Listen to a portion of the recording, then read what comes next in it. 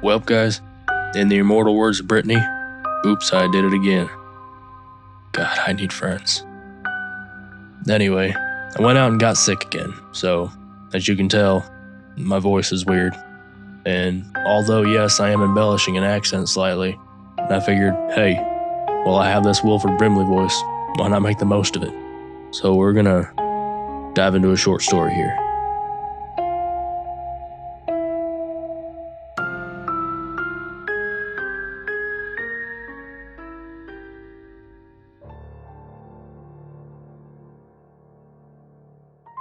My grandma and I were always pretty close. When I was a young child, she taught me how to play the piano. We spent many nights playing all sorts of fun board games. She had a kind, loving heart, but she was stubborn to the core. She was stronger than anyone I knew. However, I lost contact with her after I left for college a few states away. She called a few times and we chatted the day away. I was shocked to hear only a few months later that she became very sick. Her calls when she was sick had taken a strange turn. She was frantic and breathing heavily. She started saying things were following her and she was frightened. I tried to calm her down, but eventually my mom got concerned and went to go live with her. The calls stopped after that. Exactly a week ago, my mother texted me asking to look after Grandma. She had to go on an urgent business trip and couldn't leave Grandma with a stranger. I obliged and took the bus over. I had a few weeks off anyways and did miss the stubborn lady. I arrived at the house on Monday. My mom had left a few hours earlier. When I opened the door with luggage in my hand, I felt an overwhelming sadness. The house I remembered so clearly was just an echo of what it used to be. It was filthy and clearly had not been maintained like it used to. My mother had left a note on the fridge with everything I needed to do. Strangely, there was little on the list, besides all the basics like feeding, pills, dressing, bathing. There was one that stood out to me most.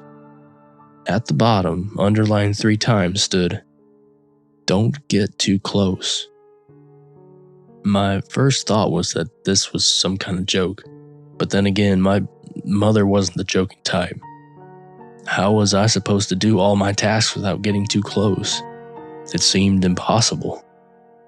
I pondered to myself, thinking my mother did have a strange sense of humor after all. I wrote it off. I wish that I hadn't. Seeing her in the flesh was a strange sight. She laid in her armchair all day in front of the TV. Her eyes were almost see-through with glassiness. Her mouth pressed tightly and her breathing was shallow and hoarse. I hated to think it, but it freaked me out. I gave her all her medicine and made sure to turn on the feeding tube exactly when it said to on the note. I was very precise. I got very close when I had to brush her teeth. I think she held her breath when I did it. She must have been nervous. I felt so bad for her. She didn't move or speak or react at all during these tasks. She just stared blankly at the screen. I had to almost pry her mouth open. On Tuesday, I woke up expecting her to at least have moved around in her sleep, but she was still in the exact same position in the armchair. She could have asked me to move her to her bed. I told her that she was welcome to ask me any time, but no response. That afternoon when I went to get her pills in the cupboard, I finally heard her speak. She said one word, only, "Stay." I turned around instantly expecting her to look at me with a sorrowful smile, but she was still in the exact same position. I turned back around and said, "I'm always here. You know that. Of course I'll..." She cut me off. Her voice was strangely raspy. "Come closer." She was still staring at the screen with a blank gaze. "Grandma?" I tested the water. Nothing. This was freaking me out. Was I hearing voices? Was she messing with me? Perhaps I needed a break. This was getting to me. I gave her all of her medicine while attentively watching her for any movement. And on Wednesday, the realization hit me. She only spoke when I didn't look at her. But why? Maybe she was ashamed of the state she was in. It was strange, but I went with it as I had not gotten any communication yet. I walked into the living room after a walk outside and turned back around. Grandma? Are you okay? You haven't said much to me since I got here. I'm always here for you. Closer. Why did she want me to come closer?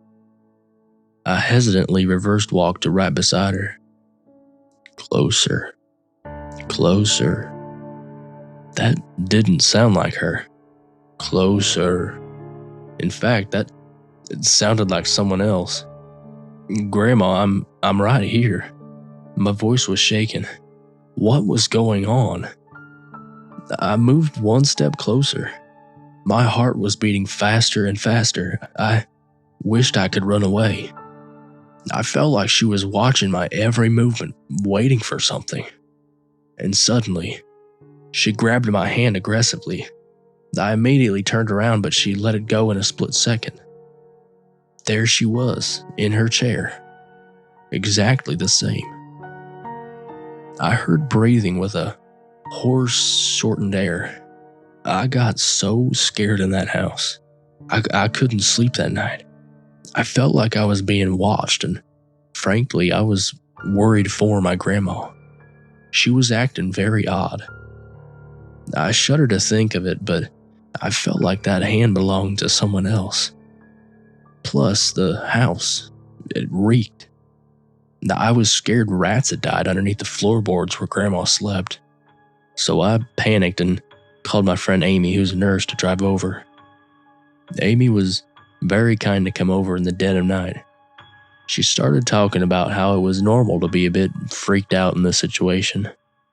But she stopped dead in her tracks when she walked around to my grandma. She inspected her carefully and, with worry in her eyes, "Well, will she be all right?" I think she was a bit confused earlier. "Gemma," she said. "She's been dead for days now, maybe even a week. I am so sorry."